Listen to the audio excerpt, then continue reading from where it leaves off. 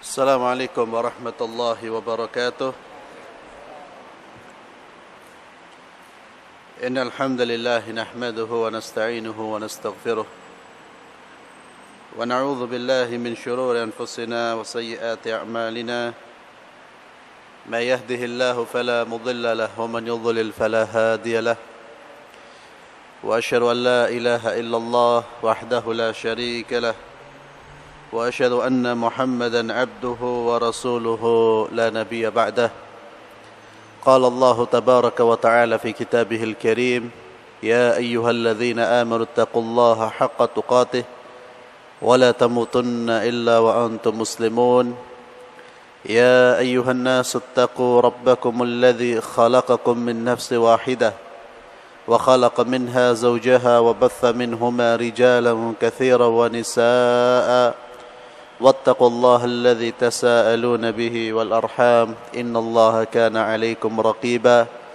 يا أيها الذين آمنوا اتقوا الله وقولوا قولا سديدا يصلح لكم أعمالكم ويغفر لكم ذنوبكم ومن يطع الله ورسوله فقد فاز فوزا عظيما.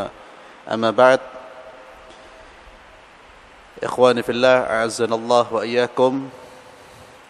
Malam hari ini kita masuk pada bab ar-rahn. Rahn artinya gadai.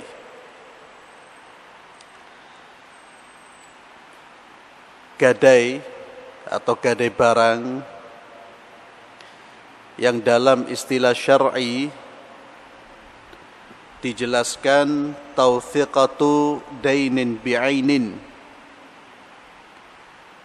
Jadi menyerahkan barang sebagai jaminan atas hutang.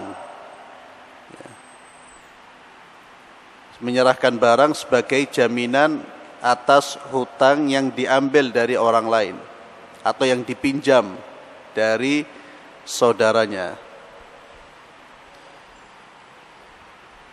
Akad gadai ini diperbolehkan di dalam Islam. Mayoritas para ulama memperbolehkan melakukan akad gadai walaupun tidak dalam kondisi safar, tidak dalam kondisi berpergian. Karena ada sebagian ulama yang mempersyaratkan gadai itu tidak boleh dilakukan kecuali dalam kondisi safar. Ya. Mereka memahami secara tekstual ayat Al-Quran dalam surat Al-Baqarah 223, ayat yang ke-223. Allah Subhanahu wa taala berfirman, "A'udzu billahi minasyaitonir rajim.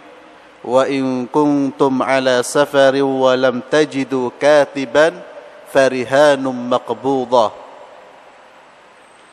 Jika kamu dalam perjalanan dan bermuamalah tidak secara tunai, sedang kamu tidak memperoleh seorang penulis, maka hendaklah ada barang tanggungan yang dipegang, ada barang jaminan. Ini ayat yang mendasari bolehnya transaksi atau akad gadai. Al-Baqarah ayat 283. Dalam ayat ini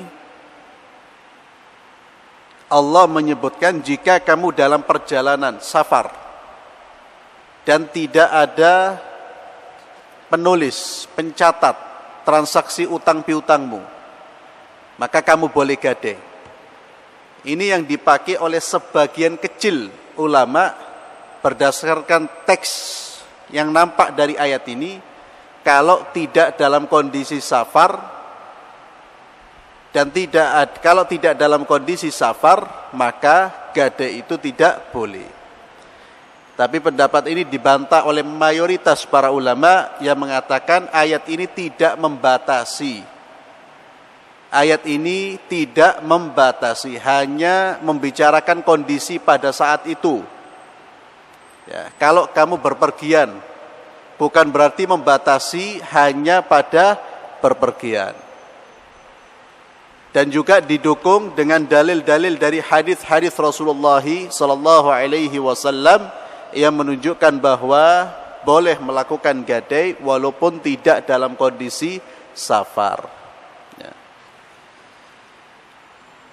Dan gadai ini tentu di dalam Islam ada syarat-syaratnya. Syaratnya itu diantaranya ada ijab dan qabul. Ada ijab dan qabul. Ijab dan qabul ini untuk menunjukkan bahwa akad tersebut adalah akad gadai. Sudah saya jelaskan bahwa akad itu, kejelasan akad itu membawa konsekuensi. Ada konsekuensinya masing-masing. Akad jual beli memiliki konsekuensi tertentu. Akad utang piutang memiliki konsekuensi tertentu. Akad gadai juga ada konsekuensinya. Sehingga di dalam Islam itu harus jelas akadnya apa ini. Ijab dan qabul itu selalu menjadi persyaratan utama dalam seluruh akad. Orang menikah harus ada ijab dan qabul, jelas. Kejelasan ini untuk mencegah terjadinya konflik di kemudian hari. Mencegah terjadinya penipuan dan lain sebagainya. Karena sudah ada bukti akadnya seperti ini. Ya. Jadi ijab dan qabul harus jelas. Harus ada kemudian syarat yang lain. Orang yang menyerahkan barang gadaiannya dan yang menerima harus orang yang mukallaf. Mukallaf orang yang sudah terkena kewajiban syar'i. Dan orang yang berakal. Kemudian sudah baligh. Ini seperti persyaratan jual beli. Kemudian ada barang gadai, barang yang digadaikan. Barang yang digadaikan itu memang bernilai. Dan barang yang digadaikan itu milik orang yang menggadaikan. Maka tidak sah penggadaian itu kalau bukan barangnya dia. Barang jironnya diambil digadaikan. Maka rohnya tidak sah. Kemudian syarat yang lain juga gadai tersebut, baik yang menyerahkan barang gadai maupun yang menerima, itu harus diiringi dengan sukarela, tidak ada paksaan. Kalau orang menuntut kamu, barangmu harus kamu harus menggadaikan barangmu sebagai jaminan, dipaksa, malah orang ini nggak mau, maka transaksi gadai ini atau akad gadai ini tidak sah. Karena dalam transaksi muamalah, interaksi pergaulan itu tidak boleh ada unsur paksaan, ada unsur ikrah. Kecuali nanti dalam bab-bab tertentu, ya, ada kondisi-kondisi tertentu orang harus dipaksa. Tapi secara umum, dalam transaksi muamalah tidak boleh ada paksaan kepada orang lain. Jual beli tidak ada paksaan. Termasuk dalam urusan gadai tersebut. Jadi yang menggadaikan barang tidak dipaksa, yang menerima barang juga tidak dipaksa. Semuanya harus dengan sukarela. Ini diantara persyaratan-persyaratan yang dijelaskan oleh para ulama. Dan persyaratan-persyaratan yang saya kira perlu kita fahami. Hadis tentang gadai ini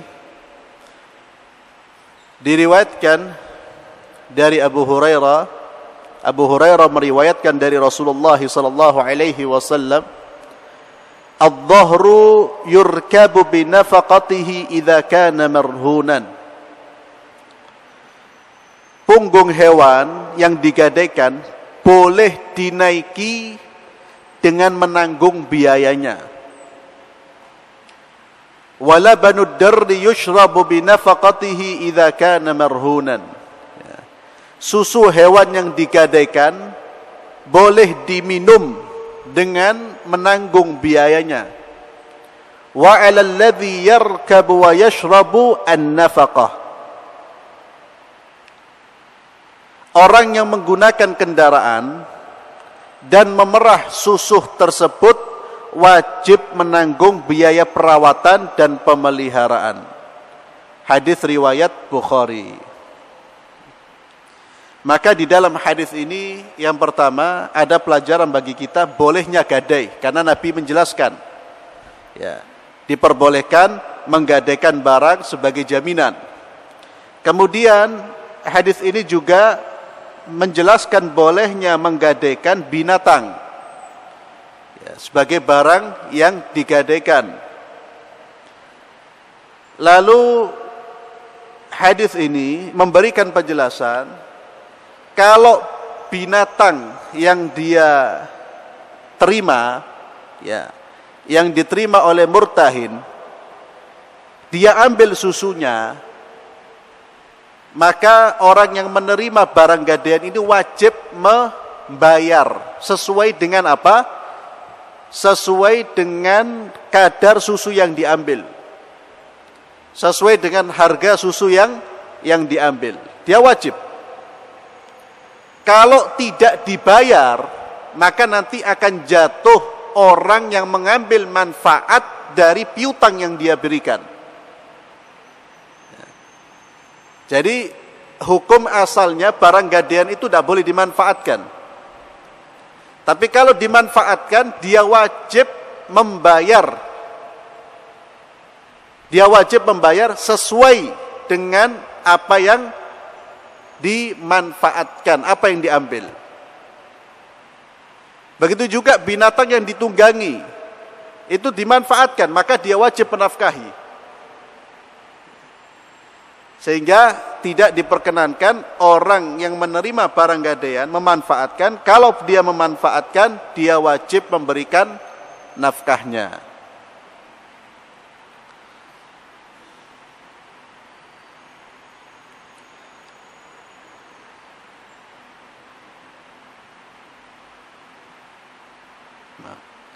Hadis ini juga memberikan pelajaran bahwa menafkahi dan manfaat rahan itu, barang gadaian itu tanggungan orang yang ar-rahin, ya, orang yang menyerahkan barangnya. Kalau ada biaya perawatan, itu yang membiayai siapa? Yang punya barang, bukan orang yang menerima barang. Orang yang menerima barang ini mengeluarkan uang kalau dia memanfaatkan. Tapi asal dari biaya perawatan itu adalah dari orang yang menyerahkan barang, karena itu barang miliknya. Dan barang gadaian itu belum menjadi milik orang yang menerima barang. Itu hanya sebagai jaminan saja. Maka dia tidak boleh kemudian seenaknya sendiri memanfaatkan itu.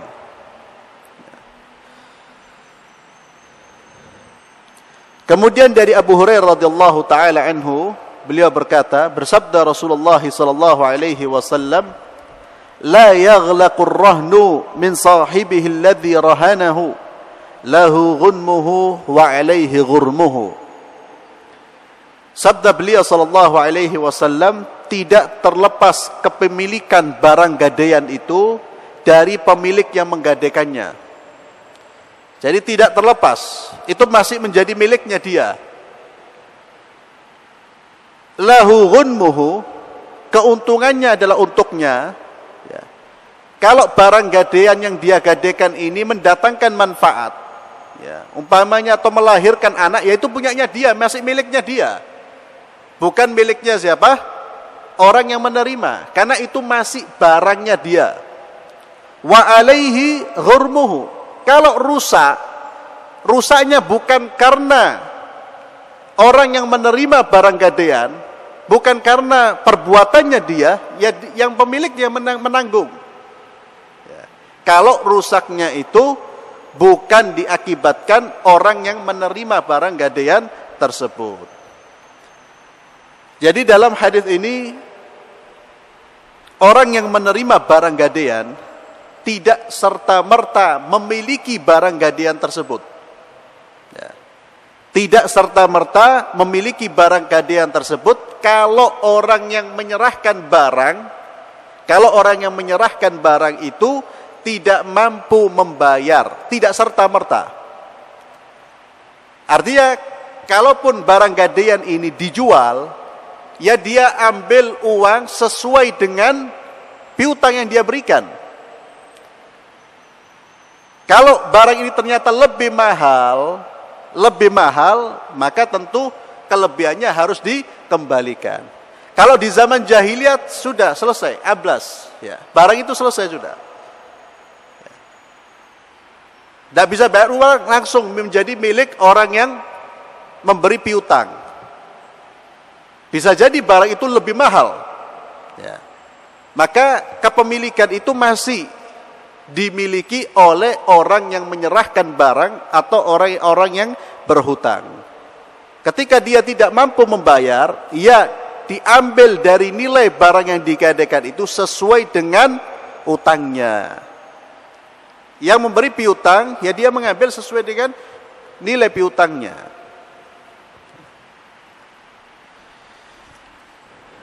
Kemudian dari Abu Rafi' radhiyallahu taala anhu, anna Nabiy sallallahu alaihi wasallam istalafa min rajulin baqran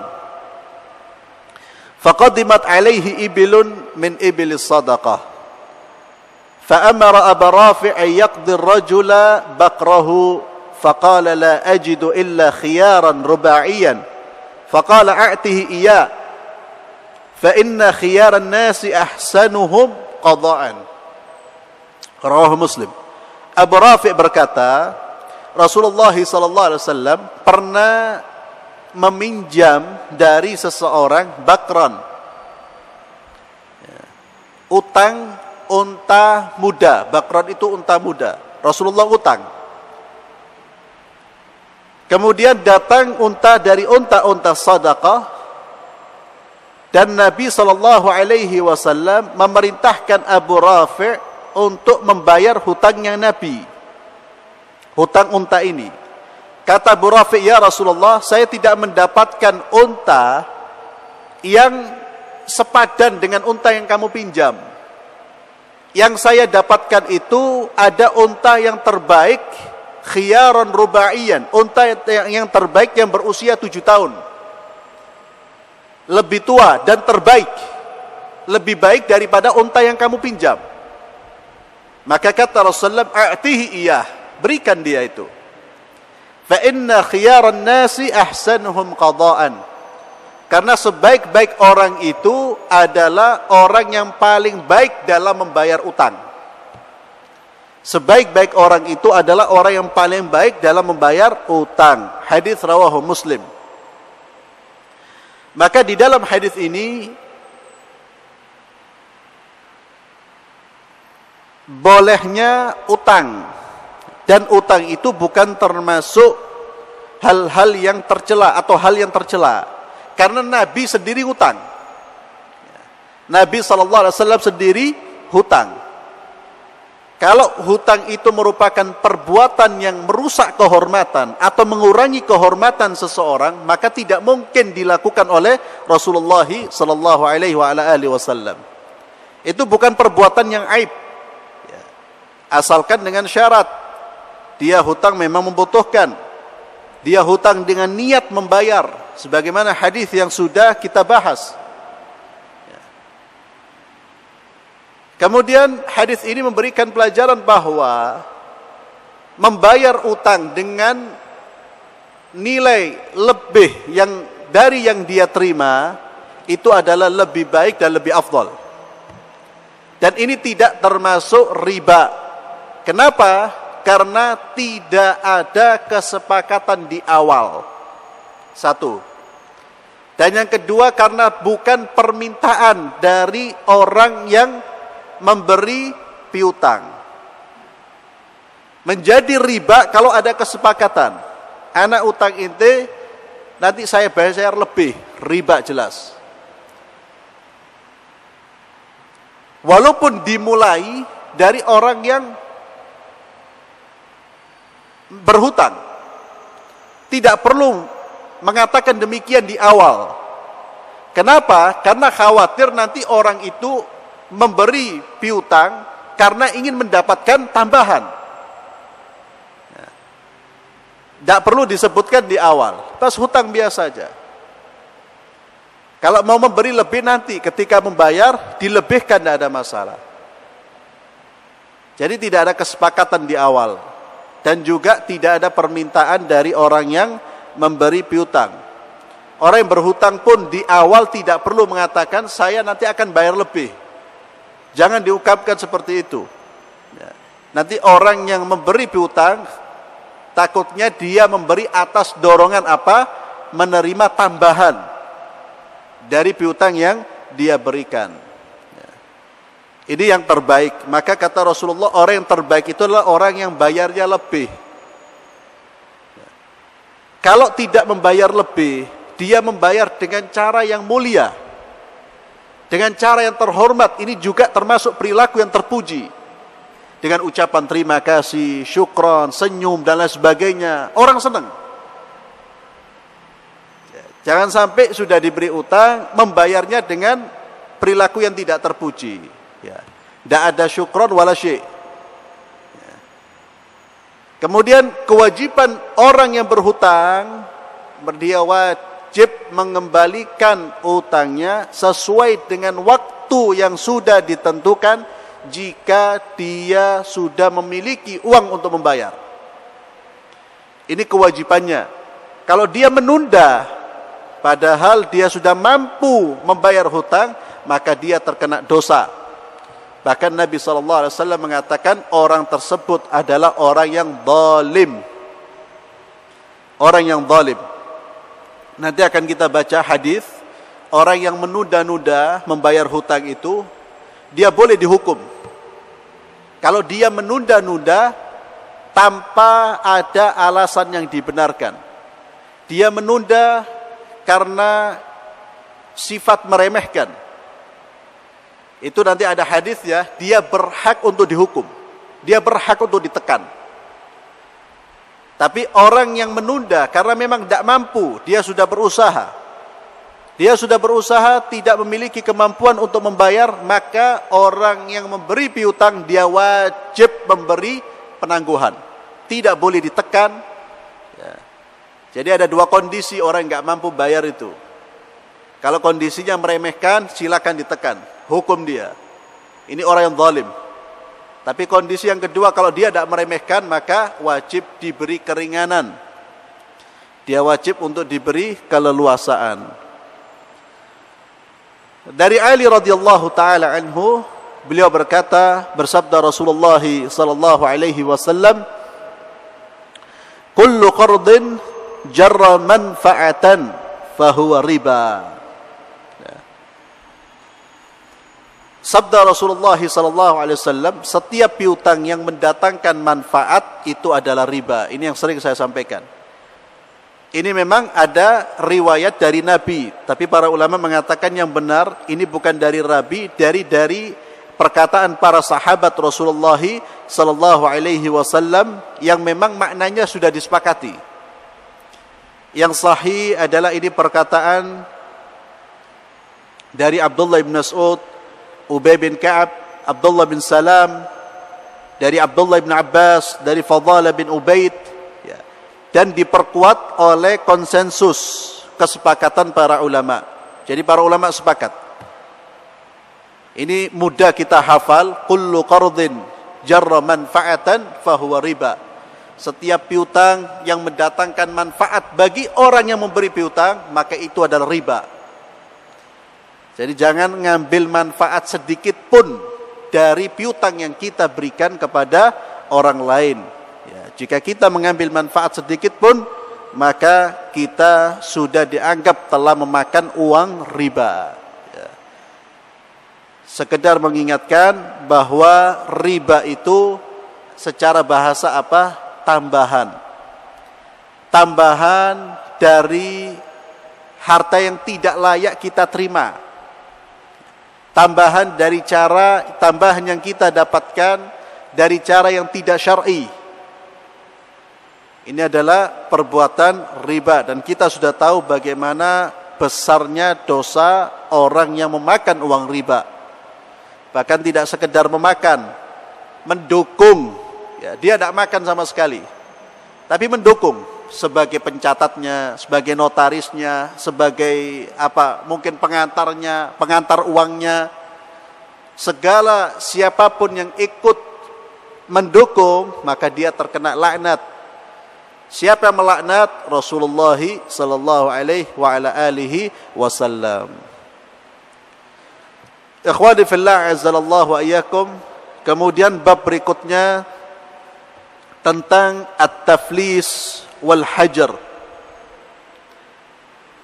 Taflis dan al-hajar. Taflis itu artinya bangkrut. Al-hajar artinya pencekalan. Orang dicekal, tidak boleh melakukan transaksi keuangan karena sebab tertentu. Ini juga termasuk pembahasan fikih Islam.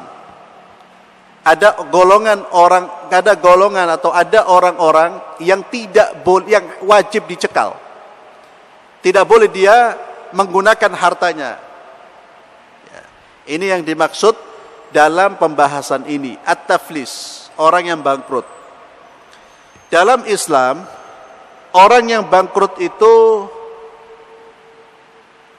ada dua. Ada orang yang bangkrut di dunia. Orang yang bangkrut di dunia, dan didefinisikan oleh para fuqaha, orang yang bangkrut di dunia itu orang yang utangnya lebih banyak dari harta yang dia miliki. Itu disebut orang bangkrut dalam fikih Islam. Orang yang utangnya lebih banyak dari harta yang dia miliki. Ini disebut taflis. Taflis itu dari kata-kata al-falas, fulus. Fulus artinya aqallu anwa'in nuqud, nilai yang paling rendah. Mata uang yang paling rendah itu disebut fulus. Ya, recehan-recehan itu fulus. Yang tinggi itu dirham, dinar. Maka orang yang bangkrut itu orang yang gak punya apa-apa kecuali uang recehan, utangnya seambrek. Ya, ini disebut taflis, orang yang bangkrut. Bangkrut di dunia, ini juga musibah. Tapi yang lebih musibah itu orang yang bangkrut di akhirat. Ini musibahnya lebih besar daripada orang yang mengalami kebangkrutan di dunia. Siapa orang yang bangkrut di akhirat itu? Sebagaimana hadis Rasulullah yang Nabi pernah bertanya, ya atadruna manil muflis? Kalian tahu siapa orang yang bangkrut? Sahabat menjawab, yang sahabat pikirkan adalah orang yang bangkrut di dunia. Al-muflisu fina man la dirham lahu wa la mata'. Ya Rasulullah, orang yang bangkrut di tengah-tengah kami adalah orang yang tidak punya dirham, tidak punya apa-apa. Qala sallallahu alaihi wa ala alihi wasallam, al-muflis man ya'ti yawmal qiyamah bi salatin wa zakatin wa siyamin wa ya'ti wa qad syatama hadha wa qadhafa hadha wa akala mala hadha wa daraba hadha fa qatala hadha. Kata Rasulullah sallallahu, bukan itu. Ya. Yang saya maksud orang yang bangkrut itu bukan itu. Walaupun apa yang diungkapkan sahabat, jika ditinjau dari aspek duniawi benar. Tapi ada kebangkrutan yang lebih dahsyat. Kebangkrutan, kata Rasulullah, kebangkrutan orang-orang yang di hari kiamat, dia membawa pahala solat, membawa pahala puasa, membawa pahala sedekah. Dia bawa pahala itu. Tapi di sisi yang lain, dia memukul fulan, pernah menzalimi fulan, memukul fulan, menghina fulan, merusak kehormatan fulan. Maka kata Rasulullah sallallahu alaihi wasallam, kebaikan-kebaikan orang ini diambil kemudian dilemparkan kepada orang-orang yang dizalimi. Karena dia belum sempat meminta maaf. Ketika kebaikan-kebaikannya sudah habis, ternyata masih punya utang dia. Masih ada orang-orang yang dizalimi yang belum selesai urusannya. Dosa-dosanya orang yang dizalimi ini dilemparkan kepada orang yang menzalimi. Dari membawa pahala yang besar, habis pahalanya justru dia menanggung beban dosa, dilemparkan oleh Allah ke dalam api neraka.